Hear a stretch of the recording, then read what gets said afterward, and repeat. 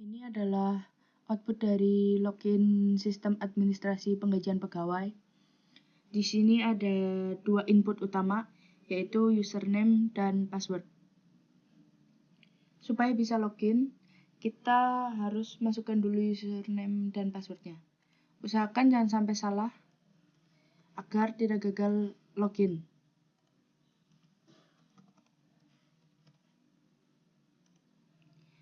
Nah, ini adalah tampilan setelah login. Di sini ada menu untuk menambah data pegawai, ada nick, nama, alamat, unit, golongan, jumlah anak, hari masuk, dan jam kerja. Di sini juga ada menu untuk mencari data pegawai, dan kemudian ini adalah data keseluruhan pegawai dan gajinya.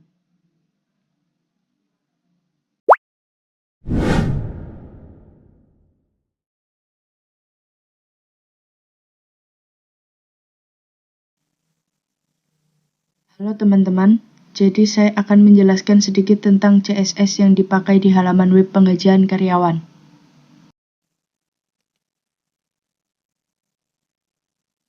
Pertama di bagian body, saya atur fontnya dengan menggunakan font Garamond supaya enak dibaca. Kemudian backgroundnya saya kasih warna biru agak gelap agar kelihatan rapi. Margin sama paddingnya saya kosongin supaya layoutnya nggak ada jarak yang aneh. Setelah itu, di bagian container, lebarnya saya batasi tidak boleh melebihi 1200 pixel supaya tidak terlalu lebar.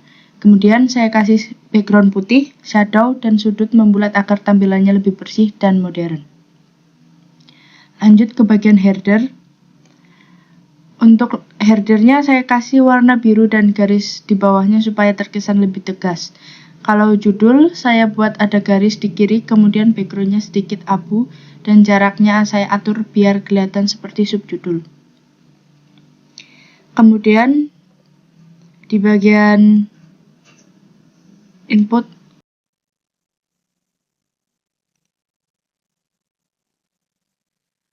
dan di bagian input dan tombol, semua input saya kasih padding, border tipis, dan dibuat full width supaya gampang untuk dipakai.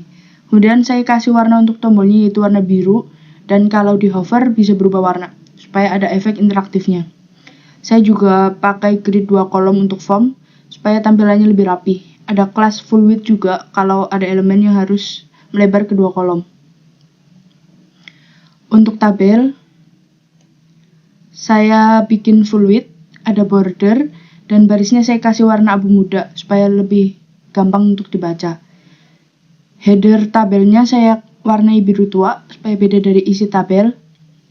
Untuk yang terakhir, yaitu untuk pesan sukses dan error, saya kasih warna hijau untuk pesan sukses dan merah muda untuk pesan error.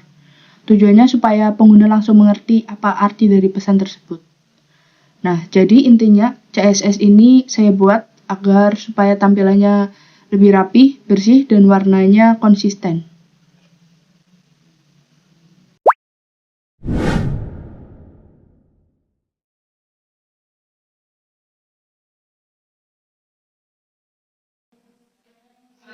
Halo teman-teman, pada video kali ini saya akan menjelaskan tentang sistem administrasi penggajian pegawai. Pertama saya mulai dengan session start. Ini penting supaya sistem bisa menyimpan informasi login pengguna selama mereka menggunakan aplikasi. Selanjutnya, menggunakan konstanta file user, yaitu file pengguna txt yang menjadi tempat penyimpanan daftar username dan password. Setelah itu, ada fungsi load data user. Fungsinya adalah membaca file pengguna txt. Kalau filenya belum ada atau masih kosong, sistem akan membuat file kosong terlebih dahulu. Kalau filenya ada, setiap baris akan dipisah berdasarkan koma untuk mendapatkan username dan password.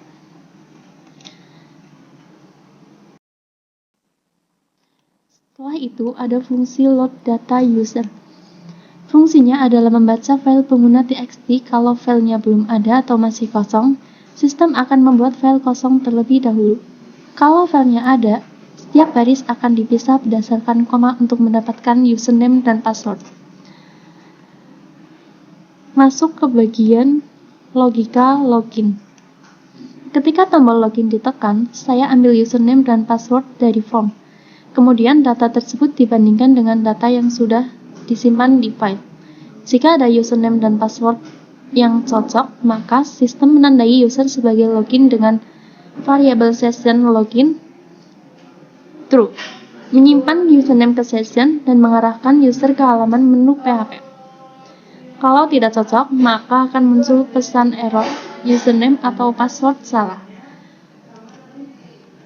Lalu, di bagian HTML, tampilannya cukup sederhana. Ada form login dengan file username, password, dan tombol login. Jika terjadi kesalahan, pesan error akan ditampilkan di atas form. Jadi, secara keseluruhan, file ini bertugas untuk menangani proses login, mulai dari membaca data user, mengecek kecocokan username dan password, sampai mengatur session pengguna.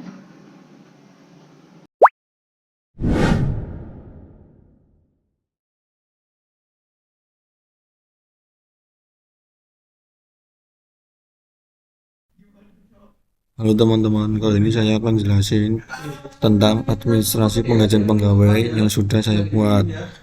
Langsung saja, yang pertama ada session start yang berguna untuk menyimpan data login pengguna.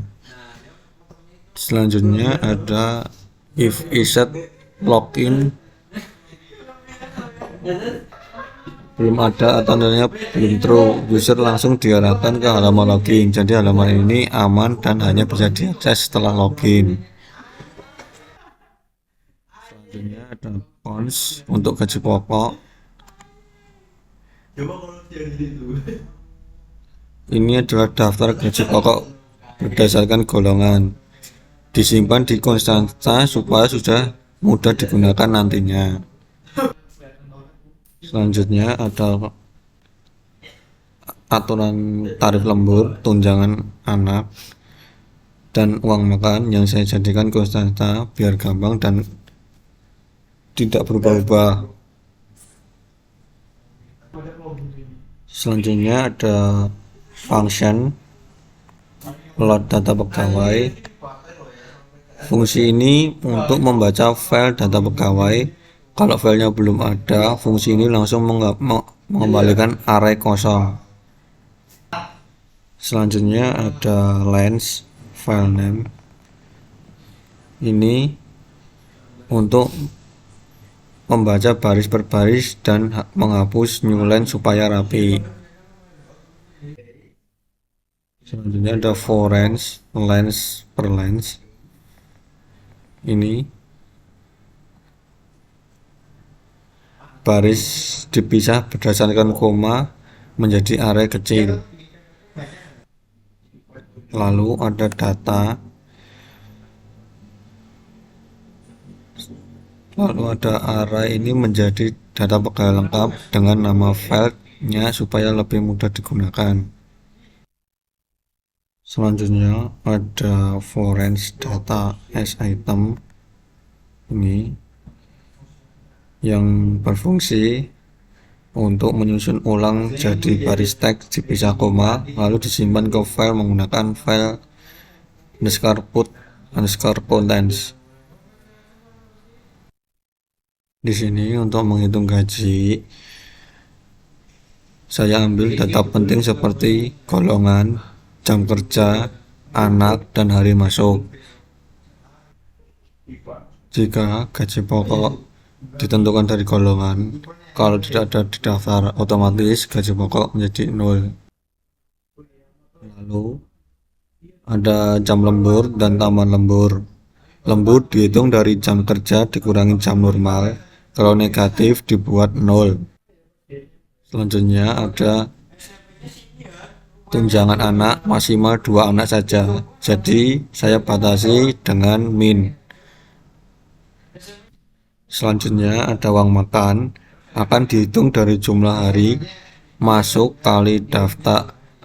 Uang makan dihitung dari jumlah hari masuk kali tarif uang makan.